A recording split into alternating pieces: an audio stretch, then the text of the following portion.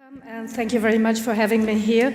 It's an honor to talk to you today on one of the probably most challenging international and European problems of our time, and catching up with the talks we had this morning.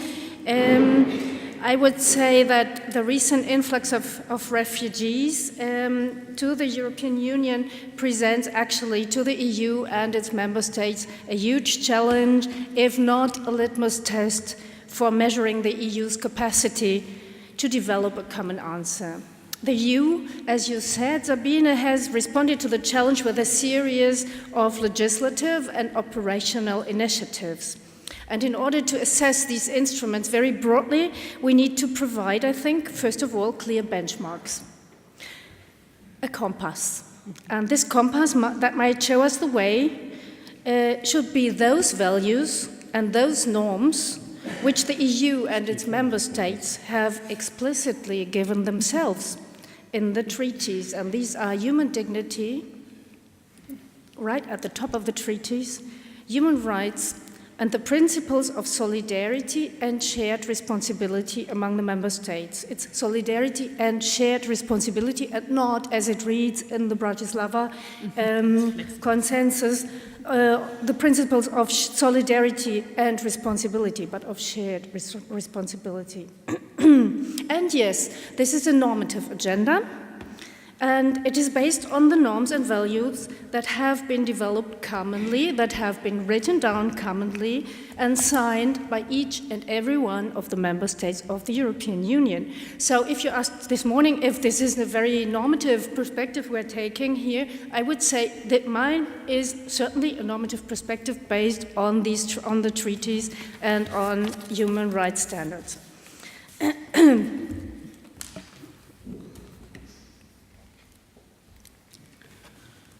Yeah, that was one. Yeah, okay, it's working.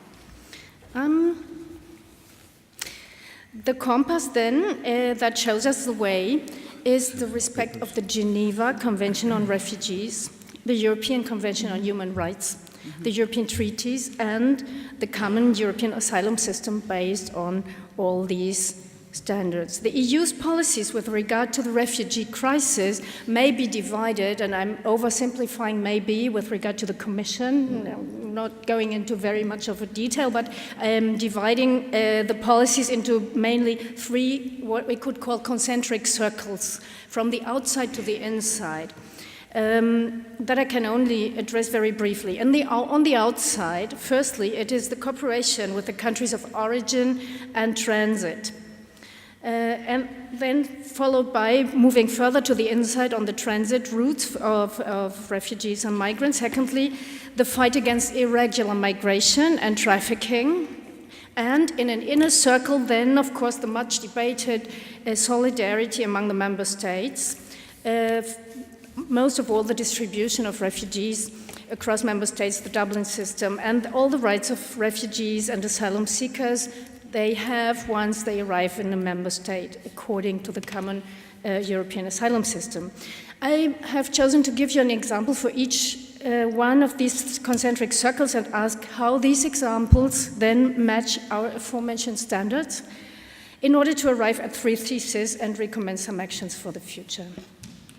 And I begin not so much with the countries of origin. I would rather suggest that might be a topic for the next Leopoldina and Slovenian Academy meeting on human rights, because it is such a broad topic to be talking about the root causes that I won't go inside there. But what I've brought you is the one example from a country, transit country, which is Jordan. And you might know this picture. This is the refugee camp Atrij in Jordan, one of the two big refugee camps. Here more than 80,000 people actually currently are lodging together in the middle of the desert, right to the Syrian border. While working together with the German Jordanian University, with colleagues, I am developing a program for the social work with migrants. and refugees at the German-Jordanian University, and we're just trying to build up a master's program on social work with refugees, and in this framework I had the opportunity to get an impression of the camp myself. Jordan has been receiving 650,000 refugees from Syria. Even more than 1.15 million Syrian refugees presently live in Lebanon.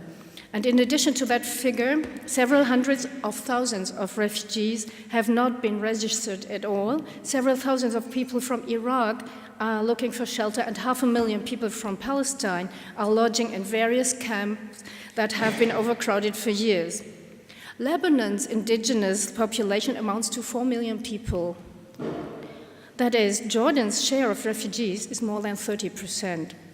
Lebanon's, I'm sorry. If projected to Germany, this would mean 24 million refugees within a period of 4 years. At present, only 2.5% of Germany's total population are refugees. Now, if you're seeing the next pictures, I don't want to say that the situation in Jordan is comparable to the situation and the integration perspectives of refugees in Germany or in any of the European states, but indeed most of the refugees in the world do not live in Europe, as media reports sometimes suggest, but in Turkey, in Pakistan, in Lebanon, in Iraq, in Ethiopia, and in Jordan. Back to Jordan. According to a UNHCR study entitled Living in the Shadows, only 30% of the Syrian refugees live in camps like this. 2/3 of the households live below poverty line, with 1 in 6 living in absolute poverty, meaning that people have to live on less than $39 per person per month or less. And I can assure you that the living standards in Jordan is not very much cheaper than in Europe. The lacking disbursement of programs run by international organizations such as the World Health Organization, the World Food Programme, and the UNHCR, which has been continually even decreasing during the years 2012 to 2015, has led to a lack of health care, so that 58% of the chronically ill adults could not be treated in 2015 alone. And if you compare that to 2014, when it was only 23%, this percentage has increased significantly. And all this didn't come as a surprise. If you look back at 2011, as early as 2011, the former or then UNHCR Commissioner Antonio Guterres warned that there would be a massive influx to Europe if we didn't do anything about this lack of support for the international organizations. So now tens of thousands of people do not get in any financial support at all, and their savings are depleting. And as a consequence, refugees have to beg, and more children have to work. In contrast, this is my favorite picture. This girl is so proud to attend school within the camp of Zatari that she urged me to take the picture. And education is indeed an important value for most Syrians. In Syria, school attendance was compulsory and free of charge before the war. But in Jordan, around 20% of the children have to leave school early in order to support their families now. And these percentages are from UNHCR as a source in Jordan. Sometimes coping mechanisms also include early marriage for girls. Around 90,000 Syrians of school age in the area do not possess any formal education. 30,000 only have occasionally school attendance, and only rarely do young people, as we all know, in the region get access to tertiary education. So that's a very important push factor for secondary movements. Now you know that the European Union, as well as the international community, has increased significantly its support for the transit states, but the support is only rhetorical. The Commission has installed a sort of scoreboard. Maybe you can explain that, where you can see when and how states are supporting the mechanisms, coping mechanisms from the European Union as well as from the international community.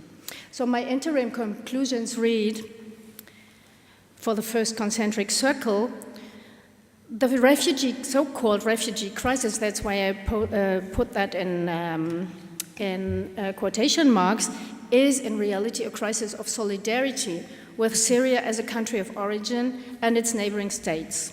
Without their considerable support, influx to Europe will not slow down significantly. However, human rights standards and refugee rights as laid down in the international and EU treaties must also be monitored when it comes to close partnerships with transit countries. We come to the second circle. As it's going more inside the European Union, more towards the European Union, the circles are beginning to get shorter, and so is my presentation. Looking at the second circle then, the transit routes, one of the priorities of the current EU policies lies in the fight against trafficking. For the first time, the EU has started a military operation in the Mediterranean Sea in order to destroy the smugglers' business models.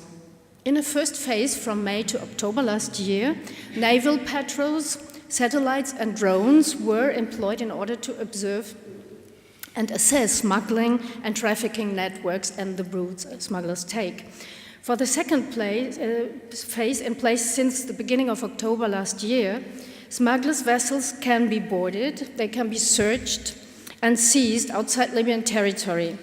Smugglers may be detained and their boats destroyed. And in a third phase, the vessels and other infrastructures by smugglers and traffickers may be destroyed even on Libyan territory.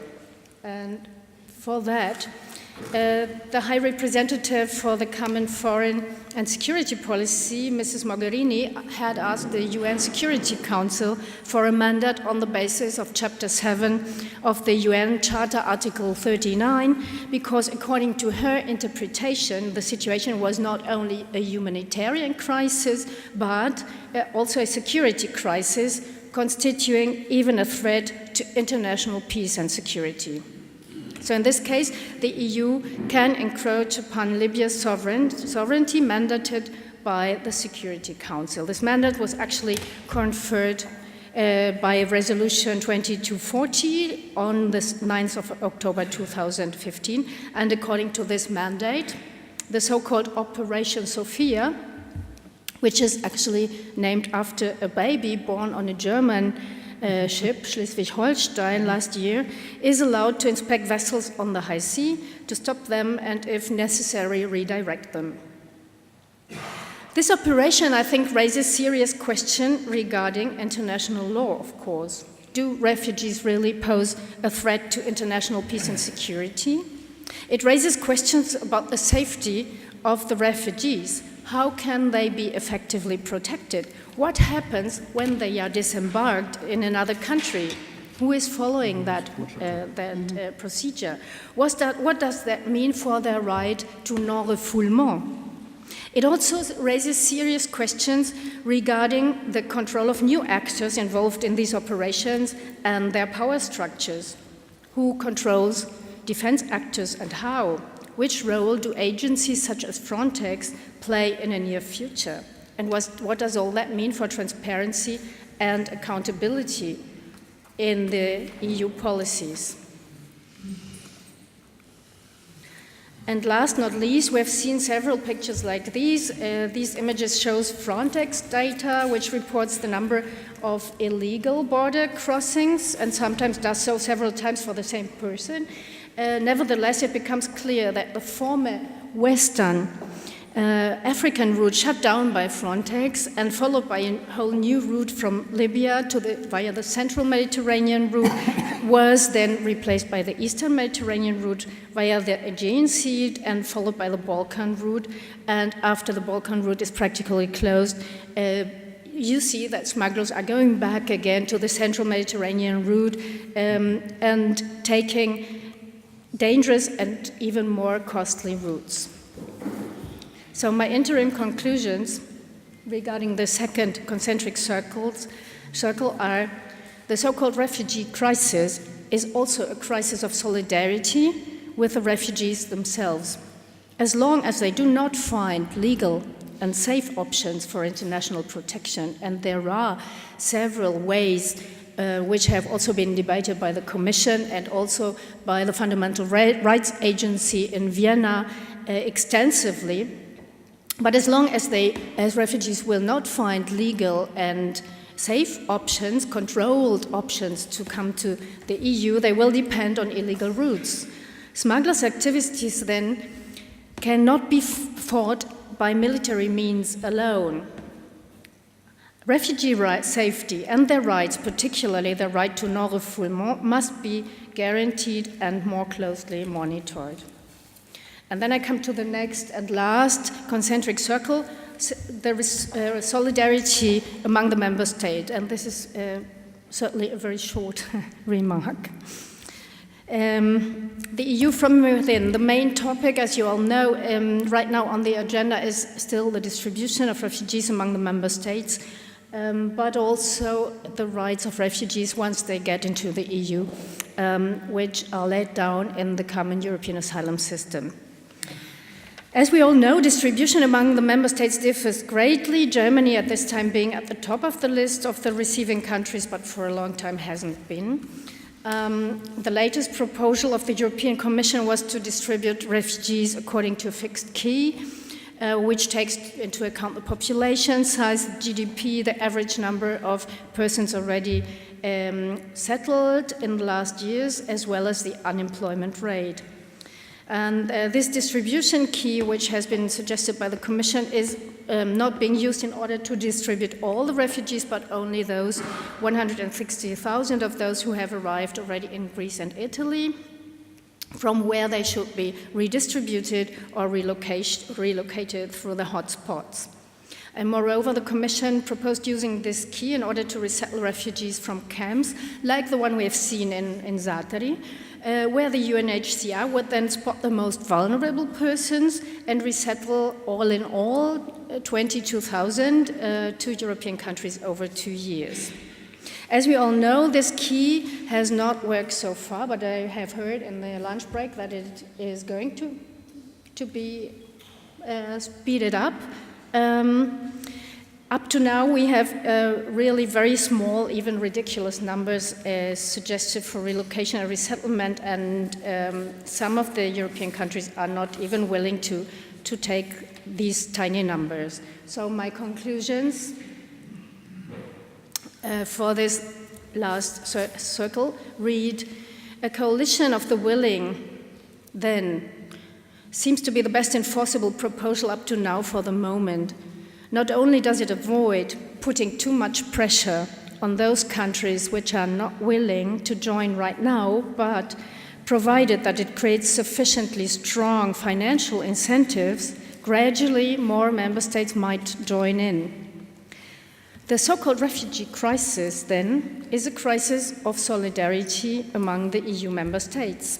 And with a failed Dublin system, we urgently need a different key of distribution.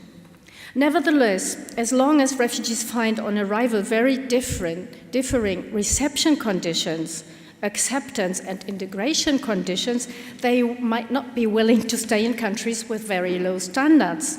And this is why we need close monitoring of the standards laid down in the common European asylum system, referring to the reception of asylum seekers, referring to the asylum procedures. And this is why we did also a research project commissioned by the European Parliament, which you have mentioned, on the rights of vulnerable persons in the EU, particularly on women, looking at the transposition and implementation of the Reception Conditions Directive, both in Germany and Belgium. Again, the emergency situation, as we were told both in Germany and in Belgium last year, served as a justification for the fact that people are not guaranteed the standards we have agreed upon. But if we talk about a compass, I think the Common European Asylum System and its standards should be our compass and should not be disregarded on the long run. Thank you very much for your attention.